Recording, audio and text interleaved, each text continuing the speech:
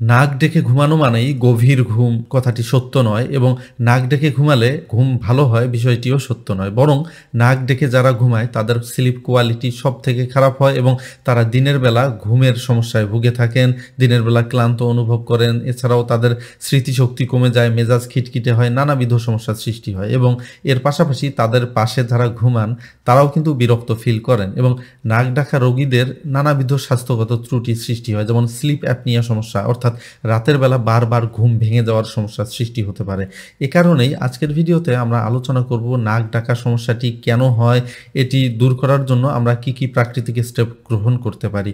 তো নাক ডাকা সমস্যাটি মূলত হয় আমাদের শ্বাসযন্ত্র যখন সংকুচিত হয়ে যায়, অর্থাৎ আমাদের যেই জায়গা দিয়ে অর্থাৎ নাক দিয়ে তারপর থ্রট, ওয়াইন্ড পাইপ দিয়ে লাং পর্যন্ত বাতাস যাচ্ছে, এর যাওয়ার মাঝামাঝি যে কোনো একটা জায়গায় যদি বাধাগ্রস্ত হয় বাতাস, সেই জায়গাতে ভাইব্রেশন সৃষ্টি হয় এবং তখনই নাক ডাকা সমস্যার সৃষ্টি হয়। তো আমাদের ব্যাক অফ দ্য থ্রোটের মধ্যে সফট প্যালেট নামক একটা অংশ থাকে এবং এই সফট প্যালেট আমরা যখন ঘুমাই তখন রিল্যাক্সড হয়ে যায় এবং রিল্যাক্সড হয়ে যাওয়ার ফলে সেই জায়গাটা সংকুচিত হয়ে যেতে পারে এবং সংকুচিত কোনো একটি জায়গার মধ্য দিয়ে যদি বায়ু প্রবাহিত হয় তখন কিন্তু শব্দ সৃষ্টি হবে, ভাইব্রেশন সৃষ্টি হবে। যেমন আমরা যখন বাঁশি বাজাই তখন সংকুচিত একটা জায়গার ভেতর দিয়ে জোরে জোরে বায়ু প্রবাহ করি, যার ফলে কিন্তু বাঁশি বেজে ওঠে। ঠিক তেমনইভাবে আপনার বাতাস ভেতর লাং পর্যন্ত যাওয়ার সময় যদি জায়গাটা সংকুচিত হয়ে যায়, সেই জায়গা দিয়ে বাতাস যাওয়ার সময় ভাইব্রেশন সৃষ্টি হবে এবং নাক ডাকা সমস্যার সৃষ্টি হবে। নাক ডাকা সমস্যাটি বিভিন্ন কারণে হতে পারে, তার মধ্যে অন্যতম বড় কারণ হচ্ছে অনেকেই চিত হয়ে ঘুমান। চিত হয়ে ঘুমালে কি হয়, আপনার সফট প্যালেট কিন্তু আরও বেশি রিল্যাক্সড হয়ে আপনার জায়গাটা সংকুচিত করে ফেলে, যার ফলে সেই জায়গা দিয়ে বাতাস যাওয়ার সময় সেই জায়গাতে ভাইব্রেশন সৃষ্টি করে এবং নাক ডাকা সমস্যার সৃষ্টি করে। আরেকটি কারণ হচ্ছে অনেকের গলার আশেপাশে দিয়ে অনেক বেশি পরিমাণে চর্বি থাকে, যার ফলে এই অতিরিক্ত চর্বির কারণে বাতাস যাওয়ার ক্ষেত্রে বাধা সৃষ্টি হয়, যেটি নাক ডাকার অন্যতম বড় একটি কারণ। অনেকের ধূমপান করার বদভ্যাস থাকে, ধূমপান করলে তাদের দেখা যাচ্ছে নাক ডাকা সমস্যার সৃষ্টি হতে পারে। অনেকের অ্যালকোহল পান করে অথবা নেশা জাতীয় কোনো কিছু পান করে ঘুমানোর চেষ্টা করে এবং এর ফলে হয় কি, তাদের ব্যাক অফ দ্য থ্রোট, তারপর সফট প্যালেট, এগুলো আরও বেশি রিল্যাক্সড হয়ে যায়, যার ফলে তাদের নাক ডাকা সমস্যার সৃষ্টি হয়। এছাড়াও টনসিল সমস্যা থাকলেও আপনার নাক ডাকা সমস্যা সৃষ্টি হতে পারে।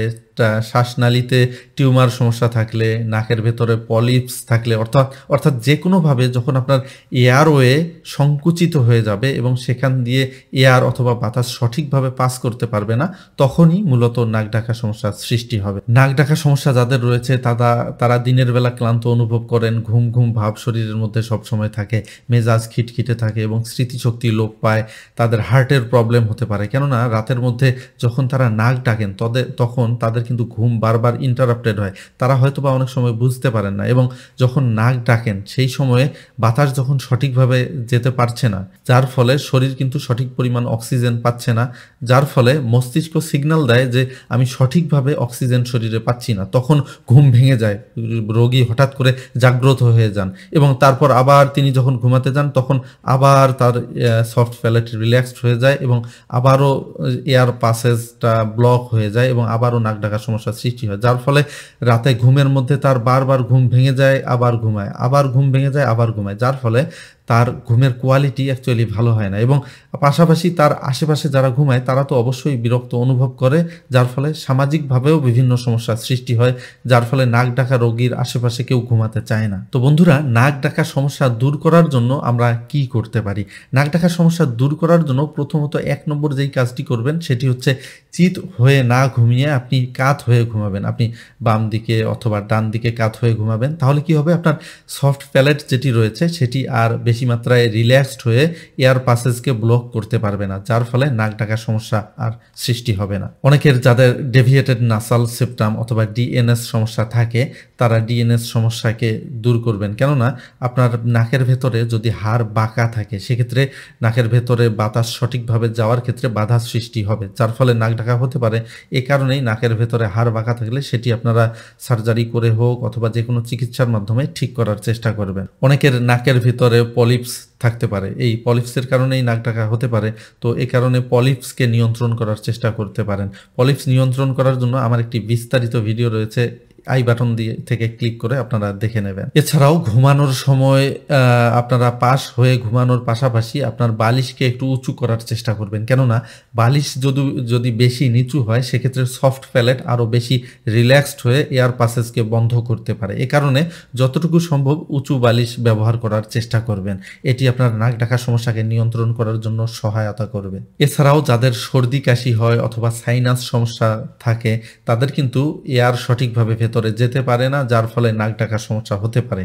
এ কারণেই সর্দি কাশি অথবা সাইনাস জাতীয় সমস্যাগুলোকে খুব ভালোভাবে ট্রিট করবেন এবং সাইনাসের সমস্যা যদি আপনি সমাধান করতে পারেন সেক্ষেত্রে আপনার সফট প্যালেট, টনসিল এই সমস্যাগুলো ধীরে ধীরে ভালো হবে, যেটি আপনার নাক ডাকার সমস্যাকে দূর করার জন্য সহায়তা করবে। এবং টনসিলের সমস্যা থাকলেও এটি দূর করার জন্য আপনি চিকিৎসা গ্রহণ করবেন, অর্থাৎ আপনার এমন চিকিৎসা গ্রহণ করতে হবে যেটির মাধ্যমে আপনার এয়ার পাসেজ সঠিকভাবে হয় এবং সঠিকভাবে হওয়ার ফলে আপনার নাক ডাকার সমস্যা কিন্তু আর হবে না। এবং নাক ডাকার সমস্যার কারণে অনেকে ভুল ধারণা রয়েছে যে ঘুম হয়তোবা আরও ভালো হয়, যারা নাক ডাকেন তাদের হয়তোবা ঘুম ভালো হয়, কিন্তু এটি মূলত একটি ভুল ধারণা। বরং যারা নাক ডাকেন তাদের স্লিপ কোয়ালিটি আরও খারাপ হয় এবং তাদের স্বাস্থ্যগত বিভিন্ন রকমের ত্রুটি সৃষ্টি হয়। এবং আপনি রেগুলারলি এক্সারসাইজ করলে আপনার মিউকাস যখন কন্ট্রোলে থাকবে তখন কিন্তু আপনার পলিপস নিয়ন্ত্রণে থাকবে, আপনার এয়ার পাসেজ সঠিকভাবে এয়ার পাস করতে পারবে, যার ফলে আপনার সাইনাস সমস্যাই হোক অথবা নাক ডাকার সমস্যা হোক এটি ধীরে ধীরে নিয়ন্ত্রণের মধ্যে চলে আসবে। অর্থাৎ নাক ডাকার সমস্যাকে দূর করতে গেলে আপনার কয়েকটি জিনিস মাথায় রাখতে হবে। আপনার এয়ার পাসেজকে ঠিক রাখতে হবে এবং স্লিপ প্যাটার্নকে, অর্থাৎ আপনি কোন পাশ হয়ে ঘুমাচ্ছেন সেটিকে ঠিক করতে হবে। এই সামগ্রিক জিনিসগুলো যখন ঠিক করবেন এবং পাশাপাশি আপনার ওজন নিয়ন্ত্রণ করবেন, এর ফলে ধীরে ধীরে আপনি নাক ডাকার সমস্যা থেকে মুক্তি পেতে পারেন। তো নাক ডাকার সমস্যা নিয়ে আরও যদি স্পেসিফিক কোনো প্রশ্ন থেকে থাকে সেটি কমেন্ট বক্সে অবশ্যই জানাবেন। আমি পরবর্তী কোনো একটি ভিডিওতে সেগুলোর বিস্তারিত বর্ণনা করার চেষ্টা করব। সকলে ভালো থাকবেন, সুস্থ থাকবেন। ধন্যবাদ সবাইকে।